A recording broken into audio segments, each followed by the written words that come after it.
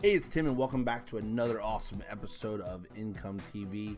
If you're not subscribed to our channel yet, make sure that you click the subscribe button below, hit the notification bell so you know exactly when we upload a new video, and let's get right into today's lesson. There are a lot of important decisions to make when buying a car. Do you need a truck for the farm or a small car for the city? How important is gas mileage to you? What color do you want? Once you decide what car you want, figuring out what you can actually afford seems a bit complicated. Your monthly car payment might be affordable, but you have to keep in mind other costs you'll have, like insurance payments, registration fees, and unpredictable expenses such as a sudden hike in gas prices or the need for a big repair. So before you begin to shop around for a car, you might want to take a look at some of these costs so you're not caught off guard. First, let's figure out your budget. On average, people spend around 14 to 16% of their annual income before taxes on their transportation budget. That's a figure that includes all the expenses of owning a car, not just your car payments, but your gas, insurance, maintenance, and repairs, and everything else as well. So for example, let's use this as a guideline and look at what this might be for an annual income of $42,000. To figure out your budget, we'll take 16% of $42,000.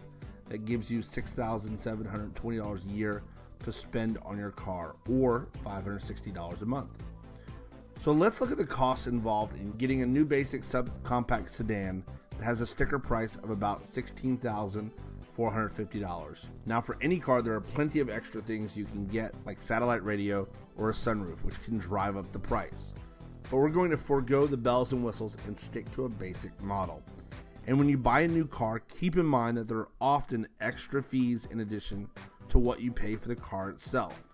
You might have fees for things like documentation and destination charges for getting the vehicle from the manufacturer to the lot. Your registration fees may also be included, which can save you a trip to the DMV. Some of the fees you'll encounter, like registration, are non-negotiable because they are required by your state. But some things like documentation fees and the base price of the car may be flexible and open to some negotiating depending on where you buy your car. So let's say that after negotiating the price of the car and the fees and adding on your local taxes, you're paying $16,750 total. And in this case, you're going to finance the car entirely. That means you're not going to make any down payment or trade in another car. If you get a 6-year loan at a 3.5% interest rate, looking at an online calculator, your monthly payment will be around $260.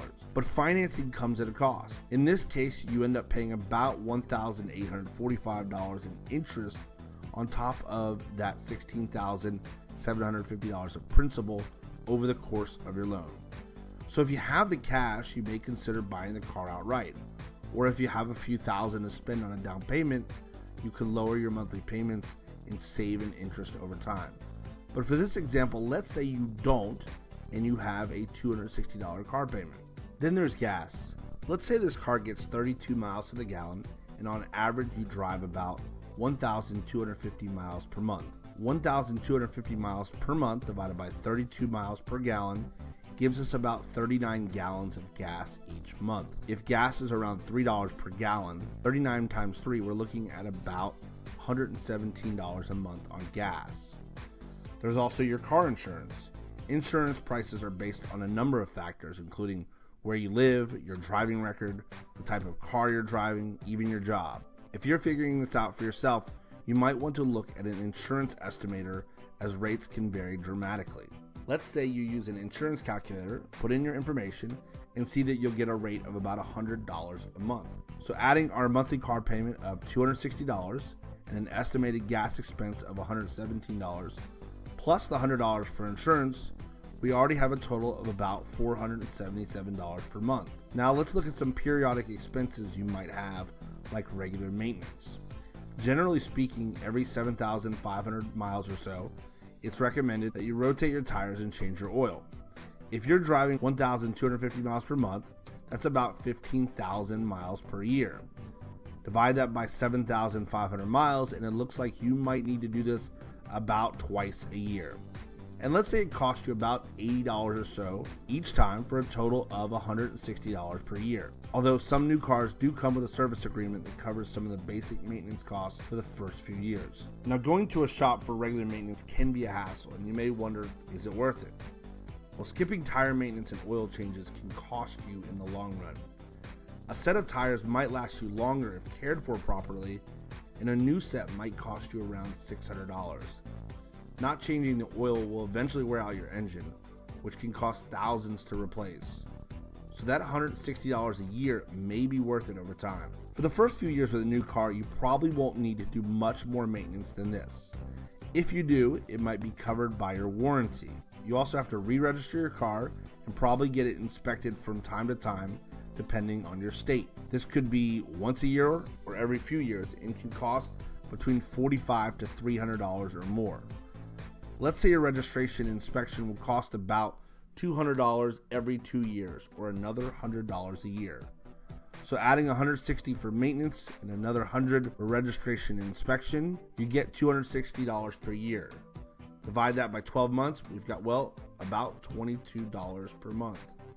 And if we take our previous monthly expenses, which were $477, we add that $22 and we now have $499. Then looking at our original budget of $560, if we subtract $499 for our monthly expenses, that leaves us with $61. So having calculated some of these costs of car ownership, we can see that this car could be inside your budget. Now you may be thinking about that extra $61 a month. That's $732 a year.